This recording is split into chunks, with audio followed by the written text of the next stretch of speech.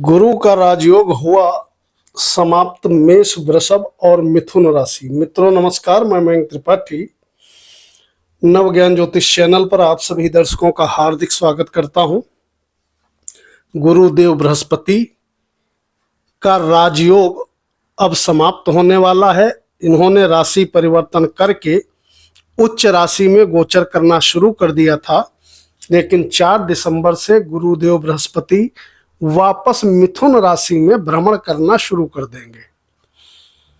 तो जो ये हंस नाम का राजयोग बना करके बैठे थे, वह राजयोग तो अब समाप्त होगा।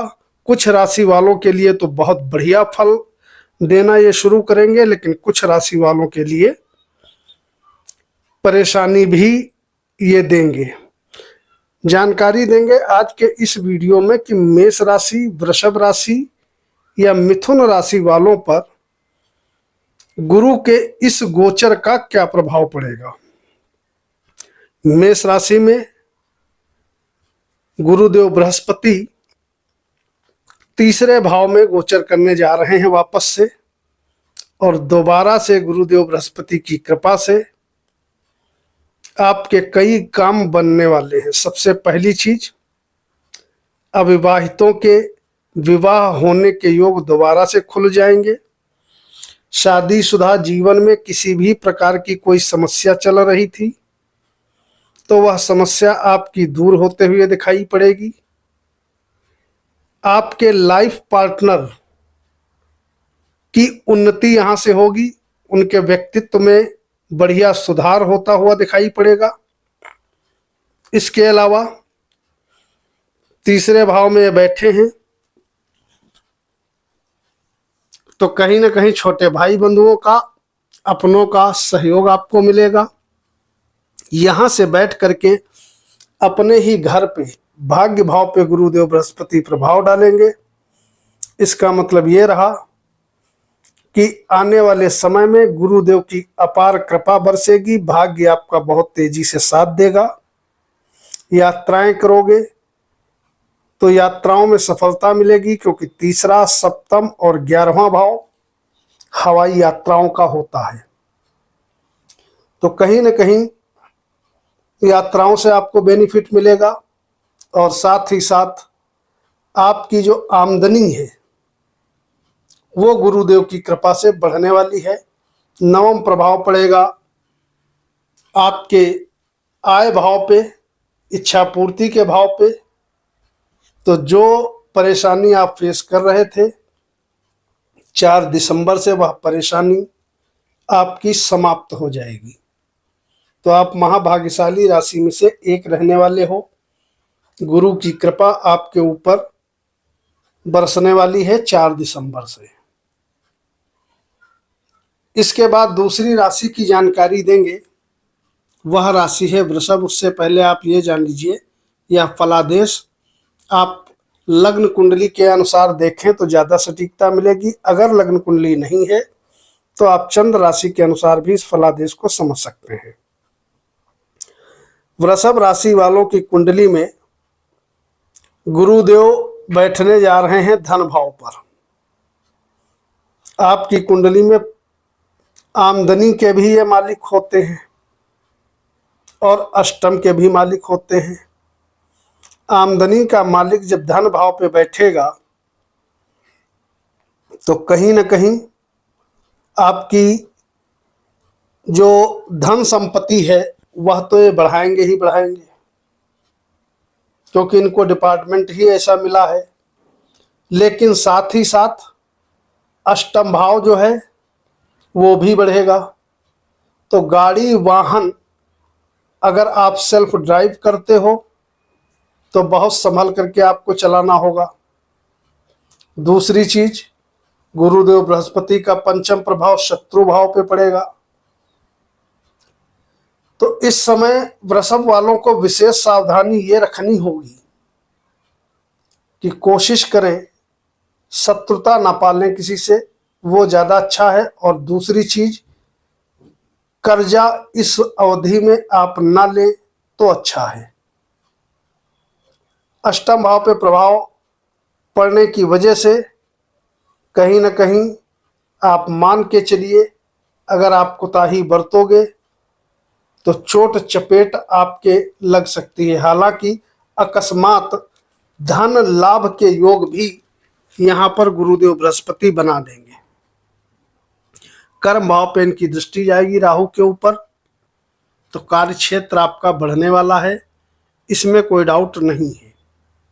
अभी तक इनकी दृष्टि थी शनि के ऊपर, लेकिन अब दृष्टि पड़ेगी राहु के ऊपर, तो कार्य क्षेत्र में कोई अगर गड़बड़ी चल रही है तो वह सुधरेगी, और उधर नौकरी व्यवसाय दोनों में ही उन्नति के अवसर प्राप्त होंगे। लेकिन जो सावधानी बताई है वो सावधानी रखिएगा, और शनि देव के निमित्त सरसों के तेल का दीपक शनिवार को जरूर जलाइएगा। इसके बाद तीसरी राशि की अगर जानकारी देंगे तो वह राशि है भैया मिथुन। मिथुन राशि वालों के कुंडली में लग्न पे दिशा बल लेकर के गुरुदेव बृहस्पति बैठने जा रहे हैं दोबारा से। कर्म का मालिक लग्न पे बैठेगा, यानी कि अपने स्थान से केंद्र में बैठेगा और दिशा बल लेकर के बैठेगा, तो नौकरी करने वालों के लिए समय की चाल बहुत अच्छी रहने वाली है। आपके ऊपर किसी भी प्रकार का कोई बुरा प्रभाव गुरु नहीं डालेंगे, बल्कि सबसे ज्यादा शुभ इन तीन राशि में से अगर देखें तो शुभ फल मिलने वाला है मिथुन राशि वालों को। लग्न में दिशा बल लेकर के बैठेंगे, तो इस समय अगर जॉब बदलना चाहते हो तो उसके लिए आप प्रयास करोगे तो जॉब अपॉर्चुनिटी मिलने के योग लगभग 4 महीने तक का गुरुदेव बृहस्पति की कृपा से आपके लिए बन जाएंगे। दूसरी चीज, संतान नहीं है तो संतान की प्राप्ति आपको निश्चित तौर पे हो जाएगी। अगर एक संतान पहले से है तो दूसरी की भी प्राप्ति हो जाएगी अगर प्रयास करोगे, और अगर 2 संतान पहले से हैं, तीसरे के लिए प्रयास कर रहे हो तो तीसरी संतान की प्राप्ति भी हो जाएगी। शादी नहीं हो पा रही थी तो यहाँ से शादी के योग खुल जाएंगे, शादी आपकी हो सकती है। अगर शादीशुदा हो तो वैवाहिक जीवन में खुशियां लगातार बनी रहेंगी। सप्तमेश होता है गुरु, लग्न पे बैठा है। विद्यार्थियों के लिए वैसे तो लाभदायक स्थिति बनी है, लेकिन प्रेम में ऐसा गुरु उलझा देता है। जब सप्तमेश लग्न पे बैठ जाए तो प्रेम के चक्कर से दूरी बना करके रखेंगे, तो विद्यार्थियों का कैरियर भी चमकता हुआ नजर आएगा। साथ ही साथ प्रेमी जोड़ों के लिए बहुत सुंदर समय शुरू हो जाएगा। लव मैरिज, अरेंज मैरिज दोनों के योग बनेंगे। नवम प्रभाव गुरु की का विशेष प्रभाव होता है, जो कि आपके भाग्य भाव पे जाने वाला है। तो भैया कोशिश करना, इस समय भाग्य प्रचंड रूप से साथ देगा। जो कुछ करना चाहते हो तो कर डालना, क्योंकि गुरु लगभग 3-4 महीने तक जबरदस्त तरीके से आपका सपोर्ट करेंगे। तो आपके लिए अगर देखा जाए तो गुरु बहुत बढ़िया फल देने आ रहे हैं। संतान लाभ, शिक्षा में लाभ, प्रेम में लाभ, शादीशुदा जीवन में लाभ, अविवाहितों का विवाह होना, भाग्य प्रचंड रूप से साथ देना। इस समय हो सकता है आप एक आध धार्मिक यात्रा भी करो, ऐसे भी योग नजर आ रहे हैं। काम कारोबार में लाभ, इतने लाभ अकेले गुरुदेव देने आ रहे हैं। तो भैया इस समय का सदुपयोग करिए। थोड़ा गणेश जी के मंत्र का जप कर लीजिएगा, न ज्यादा कर पाना 51 बार, और गुरुवार के दिन केले के पेड़ के नीचे एक देसी घी का दीपक जला दीजिएगा, ताकि और बढ़िया फल आपको मिल सके। कमेंट बॉक्स में अपने इष्ट देवता का नाम या कुल देवता का नाम लिखिएगा। मयंक त्रिपाठी को अनुमति दीजिए। नमस्कार।